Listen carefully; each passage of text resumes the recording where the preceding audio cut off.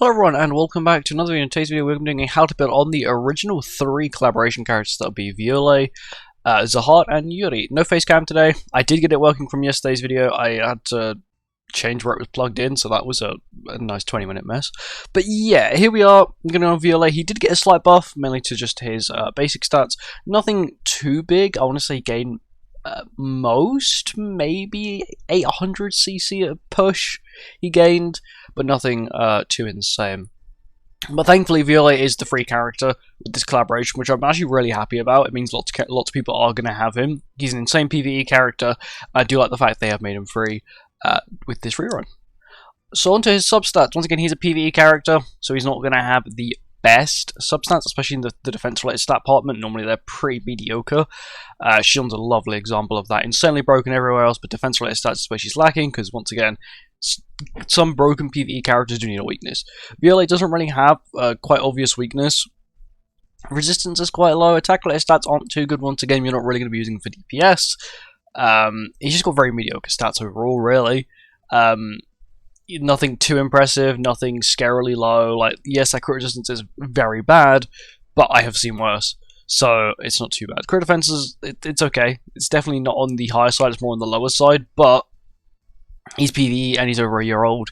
He didn't have his substats boost. If he had his substats boosted, and these were still the stats, yeah, maybe I'll say, okay, maybe there's a problem here and there, but as he hasn't, he's a year-old character, it's not too bad.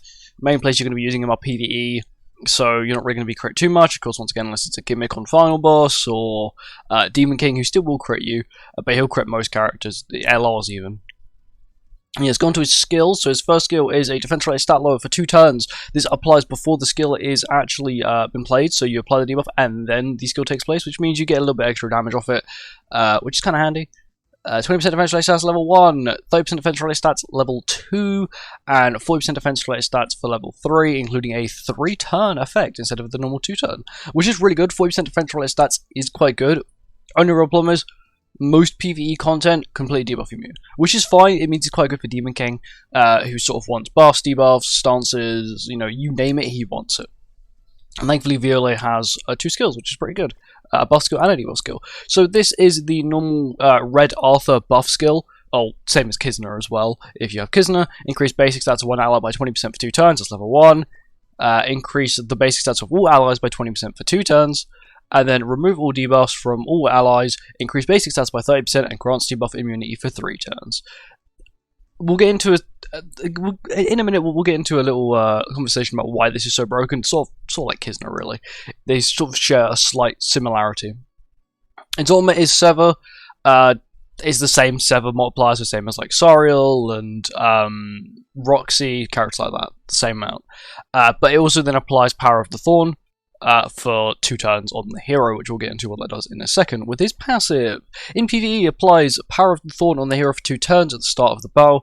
When the Power of the Thorn is removed, it removes all debuffs from allies and increases the hero's skill ranks.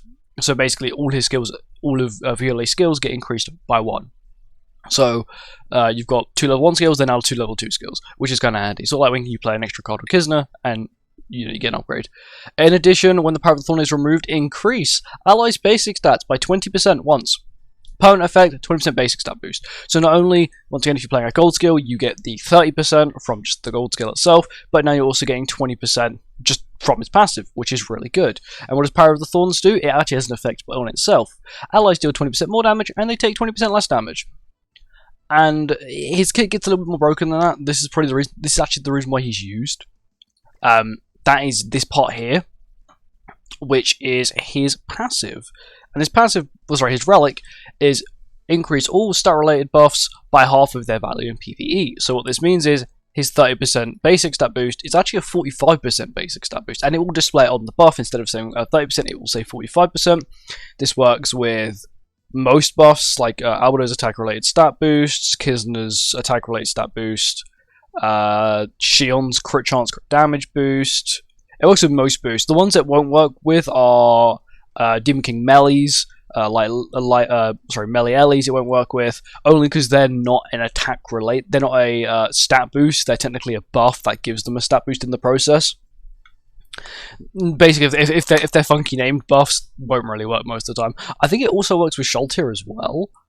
I'm not too sure about that, only because Sholtir, once again, her buff is negative but also positive, so I'm not too sure, but I do know it works for most characters. But yeah, this is the reason why he's so broken.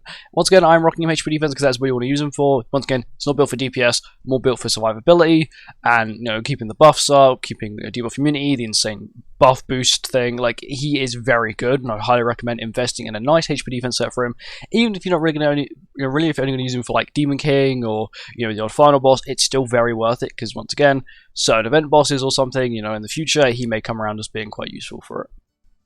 Outfits wise, free one, that is it, which you can obtain in this event as well, none of the paid ones. Relic is upgraded, so that's the reason why he might have a little bit more CC than some people that may have the exact same thing as me. Now we'll go Yuri next. She was really good on release, mainly for PvP. It was insane amount of bulk. This was during the time when LR Escanor was still quite a scary thing to deal with. Once again, this is before LRs became like extremely easy to obtain. Also quite easy to obtain, but definitely not super easy to obtain. So, stats-wise, you're going to see once again a massive difference from Viole to her. As she's built for PvP and just general use everywhere, Viole can't work into One Piece as well, and Demons, I forgot to mention that. Sorry, he can work in Demons, just doesn't work into One Piece. Or PvP. Yeah, as you see, immediate stat change. 99% crit chance, 235% crit damage with HP defense gear. 9% crit resistance, which is good. 112% crit defense, which is even still good for nowadays. Resistance a little bit on the lower side. Pierce rate is pretty standard. It's not low. It's not very high. She's not pierce based, so it doesn't really matter too much. Life deal's okay. Once again, I do have outfits for her, so that will affect her stats to some degree. I think she got like a very minimal boost. Mine was like 67,800 or like 67,900. So she's probably getting about 500 CC at most. Nothing too insane, but at least she's gained at least a little bit. Onto her skills now. So her first skill is a level 1 stance removal, which is why at the time she was so broken, because people were using like Queen Diane, because Queen Diane had just come back into Mera at that time. And Queen Diane was like really good, but you could just remove her stance with this, which was really, really broken. And still to this day, you still see Yuri in Chaos mode, because she is so good. She provides so much, and normally, once again, as she's a collaboration character, they're normally much cheaper than your average Festal. Of course, unless you'll mill them, and then you're the same price as the Festals, if not more expensive. But yeah, she is really, really good. Doesn't change. There's no actual effect to the skill, so it's just stance removal at every level. There is once again a multiply boost, so you still will do more damage. Level 2, her second skill is just no effect. Level 1, 140% increased damage dealt to every enemy. But this AoE skill can be really handy for later on. Level 2, it removes buffs. Level 3, it removes buffs and stances. So she actually has 2 ways to get rid of stances with just her skills. With either skill can remove a stance, but once again, one has to be level 3. The removal of buffs is pretty good. I don't think I've ever actually used it to remove buffs. Maybe in Chaos mode, if I can think about it, but it's just a decent AoE. It doesn't do too bad damage because her stats are actually not too bad. Her ultimate applies 1 Rose Shinsu effect on the enemy for 4 turns. Inflicts cleave damage equal, just standard cleave damage stuff. 5% attack. You can't crit with cleave. Additional damage equal to 75% of crit damage. That is the reason why she has so much crit damage. Now that makes sense. She wants to be HP tanky. She hasn't got too high crit chance. It's sort of like Freya. Freya has like a really good base crit damage, but because his main damage comes from his cleave skill, he loses a lot of crit chance. I think his crit chance is about 50%, which I think is less than Miguel. It's one of the lowest crit chances in the game from a newer character. But yeah, the Shinsu roasting does get higher with ult level, so if you are 6'6", you apply 3. Realistically, if you're 4'6", you can probably actually get away with being 2'6", because when you apply 3 of them, you seal someone's AoE skills. So you would passively apply one by ulting, and then you would apply the other 2 from the effect of the ultimate itself, which is pretty handy. And on to her passive, which is actually pretty short, but it's still very good. Increase the basic stats of human allies by 5% for each human ally participating in battle. If the hero uses a skill, or if an ally takes damage from a skill during the enemy's turn, that enemy is afflicted with Shinsu Rose for 4 turns. If the hero uses a skill on an enemy that has max Shinsu Rose stacks, the enemy is inflicted with an AoE attack disable. An AoE disable for 1 turn. Shinsu Rose lowers damage dealt by 10%, stacks up to 3 times.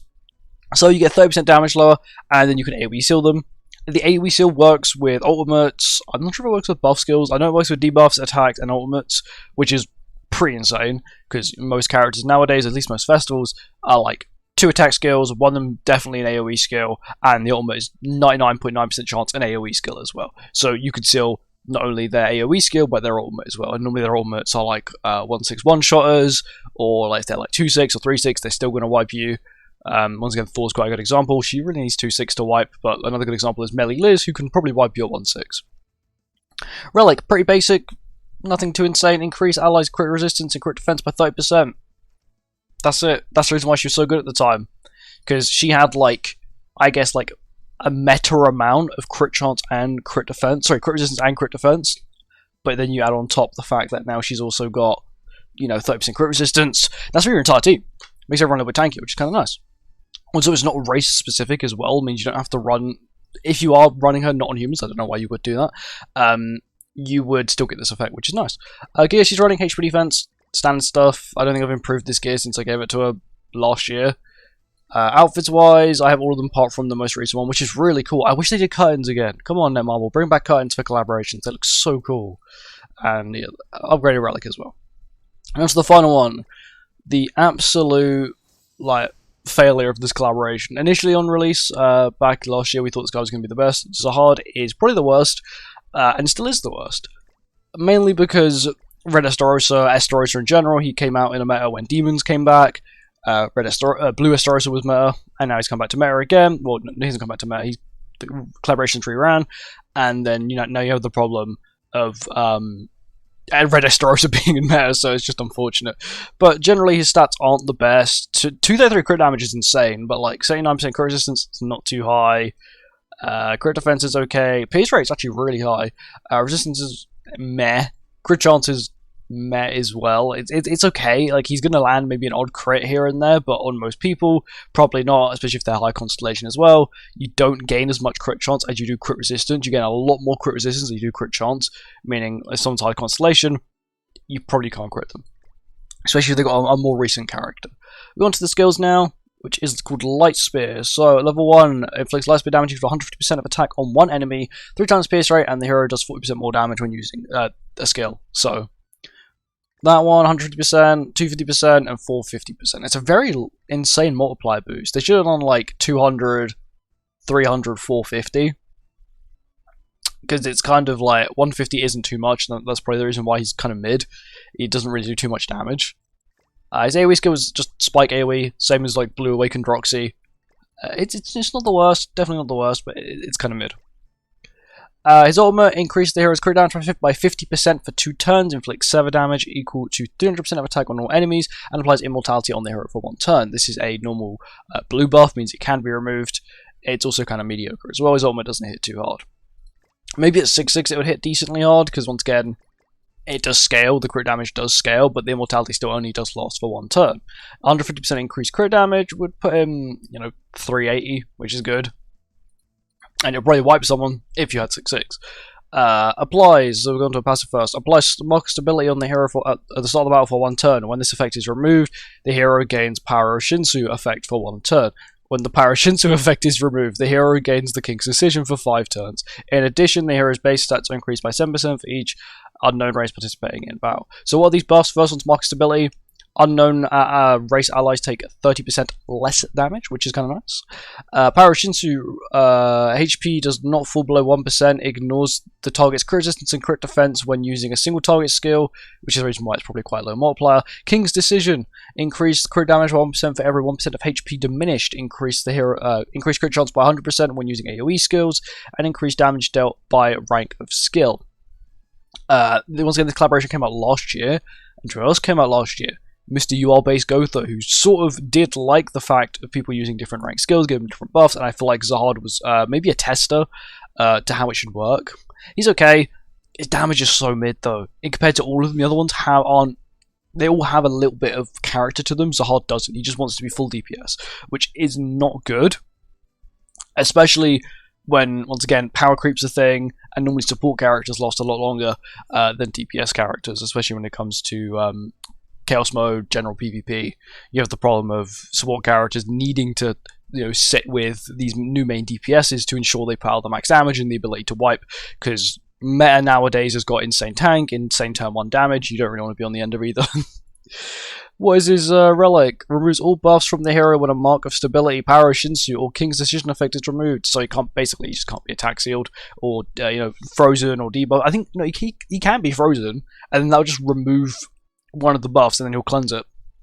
But yeah, he's just really mediocre, and that's a problem. So, sorry Zahard, but you're holding rare HP defense gear because you're now my CC. You're just a box CC character at this point. His CC's okay.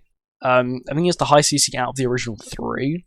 His problem is he just fallen off so hard.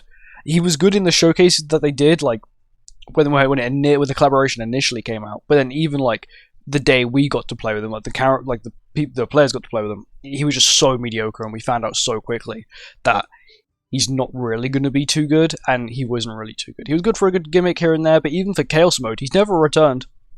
You don't see anyone running him on Chaos Mode, and everyone who does, they don't ever wipe you. They do like 40k with the insane crit chance, crit damage, AoE boost sort of thing. He does like 40k. Because nowadays Chaos Mode's got like, you can put Yuri in it, you can put Lance in it, look at all these insane defense related stats or insane resistances, which mean they can do less damage. That's it. Thank you for watching. Hope you guys enjoyed it. I'll see you in the next one. Goodbye.